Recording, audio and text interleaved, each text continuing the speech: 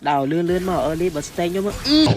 tiền ai anh ơi sau đây nó có khné cái nhom bán xin cái này đấy có mò lên ảnh đây nó có khné sẽ đạp tập cái bao video thứ đang ngày thay nhau nâng dễ tạm là cái để xa tay ngày nâng nhom ở video song song nó có khơi bóng pro mình đại cột lên á đồ hỏi song khăn cái cột lên chia lấy từ lên khăn thì chắc nhom ở này nó khné nâng tiền mưa thà nã cái đại lên á đồ chia lấy từ lên khăn thì trong comment làm nhom mình nè mùi phong mà nó khné ở đằng test đạp tập cái bao video tới đang ngày gameplay nàyได้คือปีearly គេធ្វើបាវញងខ្លាំងមែនតើជាផ្សេងហ្នឹងគឺលេងជាមួយនឹងគឺនៅវាខាងគេក៏ប៉ុន្តែនៅពេល late game ដឹងតែខ្ញុំហើយកន្លែងនេះហោះបុកលីងស្លារបស់ខ្ញុំមួយមានអីកន្លែងនេះបើក IT ទៀតឥឡូវយើងហោះទៅដាក់អីមួយជីដូចមួយមានអីបាដៃនឹងគឺខ្ចប់របស់យើងតែម្ដងមានអីកន្លែងចងសូនមួយទៀតបន្ទាប់ពីបាដៃ slash ហ្នឹងយើងដាក់ recall មួយបន្ទាប់មកកន្លែងនេះឃើញ map Kagura ខាង enemy ហ្នឹងនៅ solo ម្នាក់ឯងមានអីយើងហោះទៅបុកដាក់តែម្ដាយហ្នឹងនៅសល់ឈាមតិចមានអីកន្លែងហ្នឹង play តទៀតដាក់មកដល់របស់ខ្ញុំនៅពេលហ្នឹងតែម្ដងហើយបន្ទាប់មកទៀតគេដាក់មកជាលើកទី2ម្ដងនេះគ្មានតែសល់ឈាមអីតិចទេម្ដាយដឹងតែដាច់របស់ខ្ញុំហើយបន្ទាប់មកទៀតមកលេងគេកន្លែងហ្នឹងគេបើក RT